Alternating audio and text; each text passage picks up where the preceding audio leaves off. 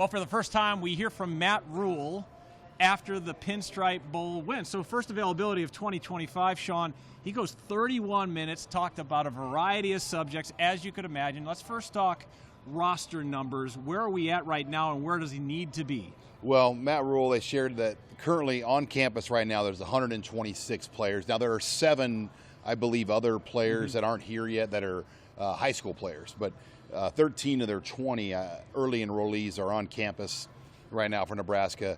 So the roster at this point, when those players arrive, will be over 130, and they have all the way until essentially August to get to 105. And that's just going to take care of itself over time. And as Matt Rhule said, you try to build your first kind of 53, 57, and then your next 53.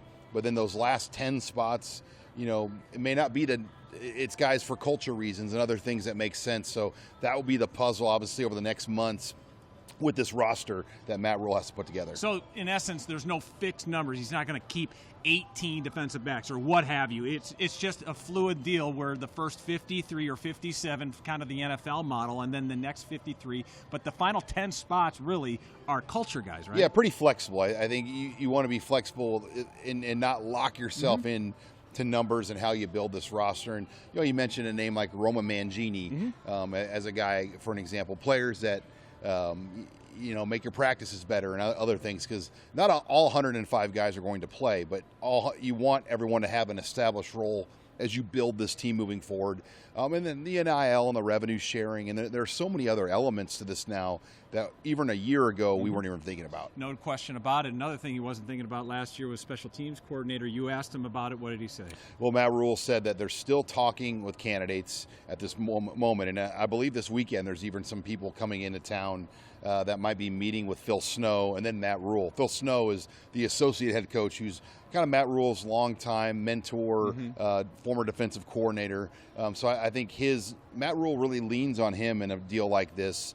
But this is not a recruiting position. I think in years past, when you're designated to just 10 coaches recruiting on the road, and that was one of your 10, there was a little bit more urgency to fill that spot. But I think right now, with unlimited available coaches that can recruit, the special teams coordinator is no longer a guy on the road. And I don't know if you even have to pay that position like a true coordinator. I think you pay it, obviously, as a respectable wage. But the days of, titling it up as a high-profile position with a high wage, I don't even know if you have to go as far as you used to at that job. But doesn't that give you a little more flexibility to get a guy maybe a little older in terms of experience, or you go the other way where he doesn't have to be an experienced recruiter because he's not a recruiter? And you heard Matt Rhule, though, say, too, that the issue wasn't the schemes. It was the snapping. How many snaps this year were high, rock skips? They had so many problems. We saw 10 kicks and punts blocked by Nebraska this year in games by their opponents. And it had to be the most in history. I don't know how you'd have more than that in a year. And many of those issues had to do with snapping issues, and obviously some protection issues too up front. But I think if they get the snapper issue figured out, and Kevin Galick from New Hampshire has come in as their long snapper from the transfer portal, who is one of the better long snappers in the country in terms of his Pro Football Focus grade, if he is what they think he is, I think a lot of other things will look a lot better automatically with special teams. Yeah, no question about it. And the specialists, obviously, the 2 kickers he mentioned, and the incoming punter. It's going to be a new look unit, will it not? Yeah, I think that kicker battle with John Hull and then Tristan Alvano, that's one to watch, because John Hull, had an excellent year for the situation he was brought in. Alvano had moments as a true freshman, but battled the injuries. What will that battle look like this spring? It's going to be intense. But to have 2 kickers like that now on your roster, that's a good thing. The punter, Jack McAllister from Washington is set to be the person. They brought him in, 3-year starting punter from Washington. So the key positions, I think, are figured out what it's going to be. Now it's, getting this thing improved from a year ago. He also added some clarity to the spring game situation. I know there's been a lot of buzz on your boards, on your site. Just kind of give us up to speed on what he's thinking, at least early in February. So April 26th, Nebraska will hold their final spring practice. As what we know now, it's not going to be a traditional red-white spring game. It's not going to be televised. And that was kind of, Nebraska built their spring game to be so big, it became a good TV product when you're running the Big Ten Network, and you could have 70, 80,000 people in a venue in April. That's good TV. And a lot of people watch Nebraska spring game, and he made the reference that a lot of schools would see players that look good that maybe weren't playing and tried to convince them to transfer and use that as a tampering tool. So you get the sense the days of spring games on TV for Nebraska are done. I think you're going to see a much more scaled down thing, a practice, an event that takes place, but also the NIL element. You are paying these players a significant amount of money. It's really no different now than the NFL. When you watch NFL preseason, Patrick Mahomes, Travis Kelce, key players, they might only play 2 full quarters the entire NFL preseason in live game action. And I think college football is going to shift to something like that, where your top, highly paid stars, you're not going to risk them because guess what? If they got hurt, you still have to pay them. No different than the NFL. And so I think you're going to see a much more cautious approach with spring football because of the NIL revenue share element too. And, oh, by the way, your roster is shrinking as well. There's fewer guys to play and fill those holes. Injuries. Bring us up to speed on who is dealing with off-season procedures and what to look forward to moving forward. Well, there's 3 big ones that happen after the season.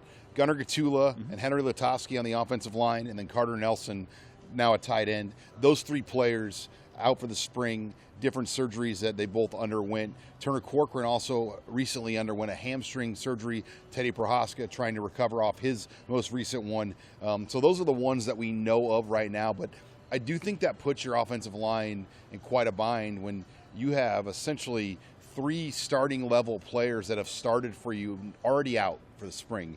So that's another good reason why you're probably not going to see a spring game, because I don't know if you could stage a game with multiple units at a high level without having to overplay your best guys, several plays. Yeah, Matt Rhule did say this is an opportunity for some of the younger offensive linemen to step up. He also mentioned Deshaun Singleton and Javen Wright both coming back for another year. He's looking forward to their leadership. And he also mentioned Dylan Raiola about what he needs to do before the first game at Arrowhead Stadium. And I thought that was kind of telling what he wants him to take over the offense. But before he takes over the offense, he's got to basically get to know his receivers. Right, and I think with a new offensive coordinator and Dana Holgerson only in 3 games or 4 games, and now Dakiel Short's a receivers coach, but the portal receivers they brought in, Dane Key, Isaiah Hunter, Hardly Gilmore.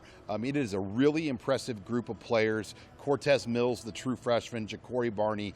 Other than Cortez Mills, Ja'Cory Barney, it's going to be a completely different group of receivers at those positions, as everybody else has either graduated or left the program or moved on from the program. So that will be a challenge, but I love what they've done, Andy, at the wide receiver position. Man, laundry list. Is there anything I forgot? I know we got to talk calendar. What's ahead? Well, what's ahead for Nebraska is Matt drills 2 weeks here from now. They will do their mat drills, which lead into spring break, and then they'll come back from spring break and they'll go into spring practice, which is generally 5 weeks. But yeah, we have about 2 months, Andy, until spring ball starts. So we're kind of in the grind stage. I mean, this will probably be the only time we hear from Matt Rhule in a formal setting until March.